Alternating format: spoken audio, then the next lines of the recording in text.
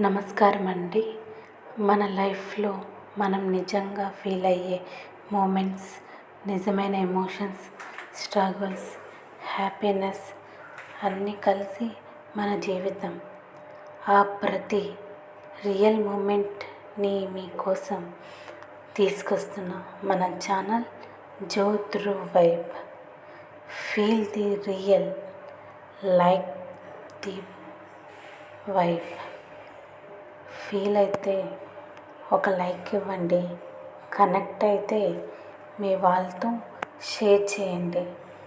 మన వైబ్ని మిస్ అవ్వకుండా ఉండాలంటే జో త్రూ వైబ్ని సబ్స్క్రైబ్ అవ్వండి. ఈరోజు మనం అష్ట ఐశ్వర్యాలు ఉన్న ఆరోగ్యం లేనివాడి కథ తెలుసుకుందాం. అసలు అష్టైశ్వర్యాలు ఉన్న నిజమైన సుఖం లేకపోతే? ఈ కథ ఒక మనిషి జీవితాన్ని పూర్తిగా మార్చిన నిజం చెప్పబోతుంది.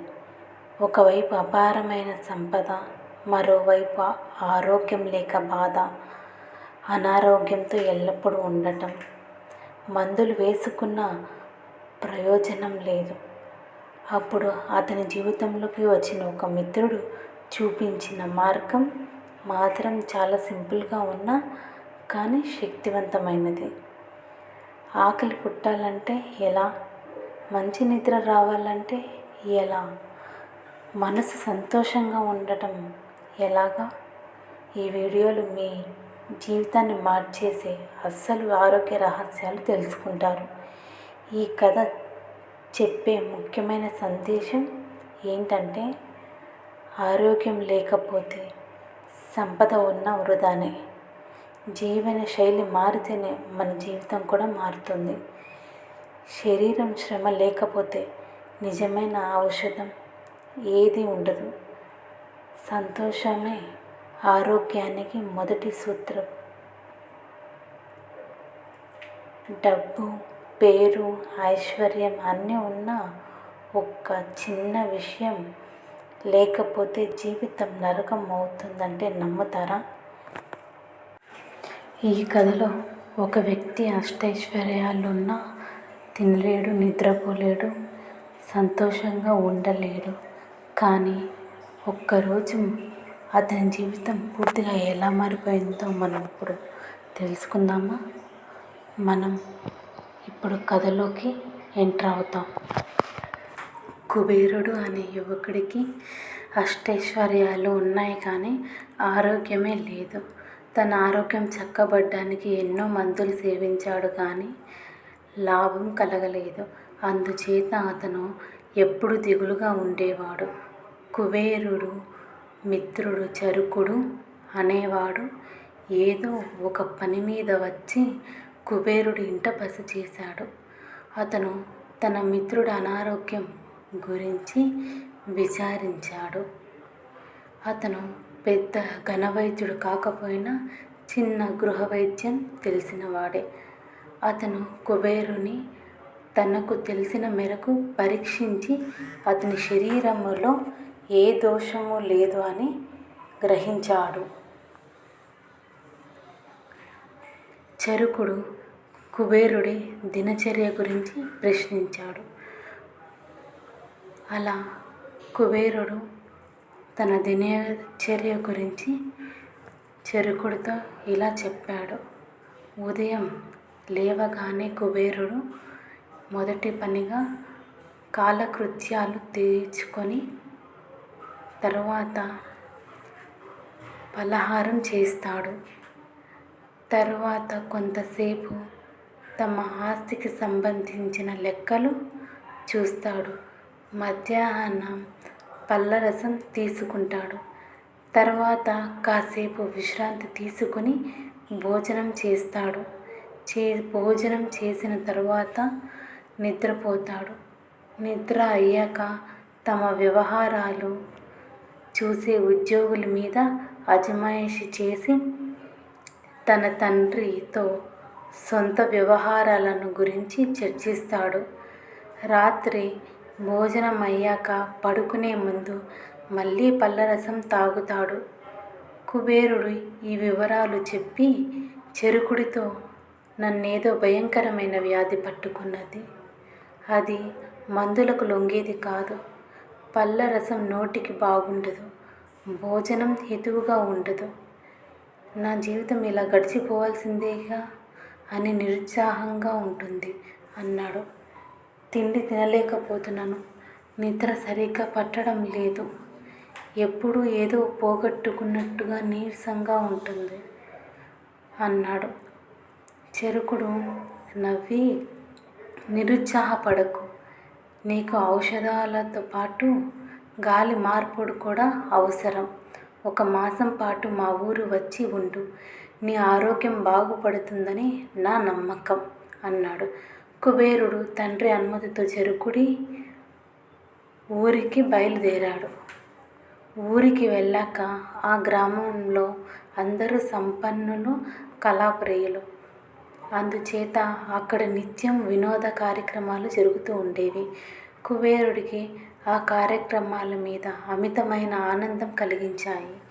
అందుచేత అతను రోజు సాయంకాలం కోసం ఆతృతగా ఎదురు చూసేవాడు.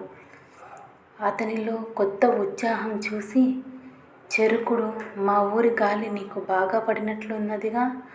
నీలో ముందు లేని ఉత్సాహం కనబడుతుంది. నిన్ను రాత్రి నాకు ఒక గోసాయి కనిపించాడు. అతనికి నీ జబ్బు గురించి చెబితే, అడవిలో కోయగూడెం సమీపమున ఒక మూలిక ఉందని, దాన్ని వాడే స్వయంగా పీకాలని, అప్పుడే ఆ మూలికతో నీ వ్యాధి నయమవుతుందని అన్నాడు. నీకు అభ్యంతరం లేకపోతే ఇప్పుడే బయలుదేరి వెళ్దామా అన్నాడు.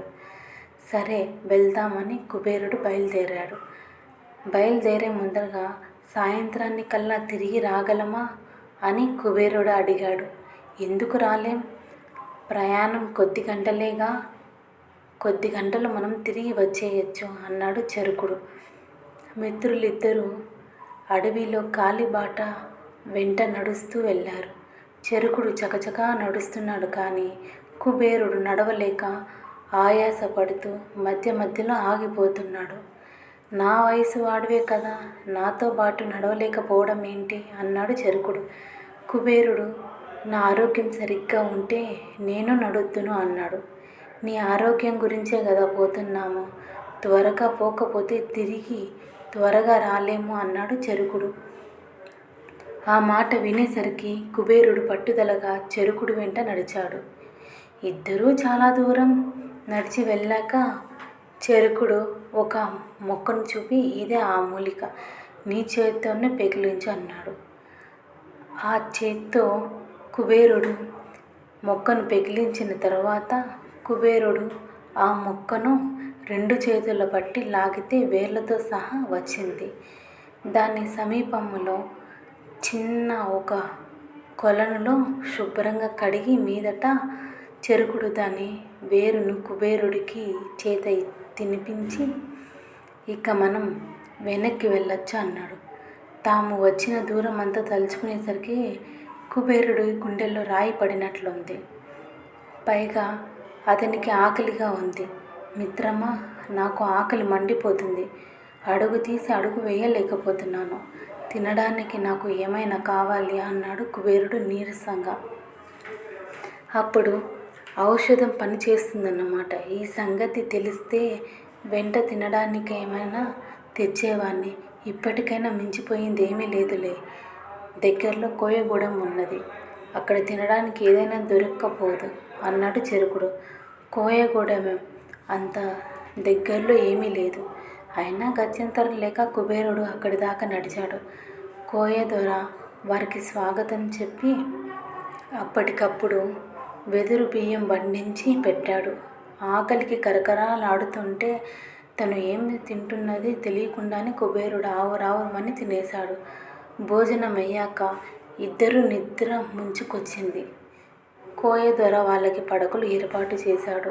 వాళ్ళు నిద్రలేచేసరికి సాయంకాలం కావస్తుంది. ఇద్దరూ మా ఇంటికి వచ్చేటప్పుడు కుబేరుడు, నీ మందు అద్భుతం, నాకు మంచి నిద్ర పట్టింది. ఒంట్లో చాలా సుఖంగా ఉంది. నీ మందు చాలా బాగా పనిచేస్తుంది అని చెరుకుడితో అన్నాడు. ఆ రాత్రి కూడా కుబేరుడు కడుపు నిండా తిని ఒళ్ళు తెలియకుండానే నిద్రపోయాడు. మర్నాడు చెరుకుడు అతనితో, నీ ఆరోగ్యం చక్కబడింది కనుక అసలు విషయం చెబుతాను.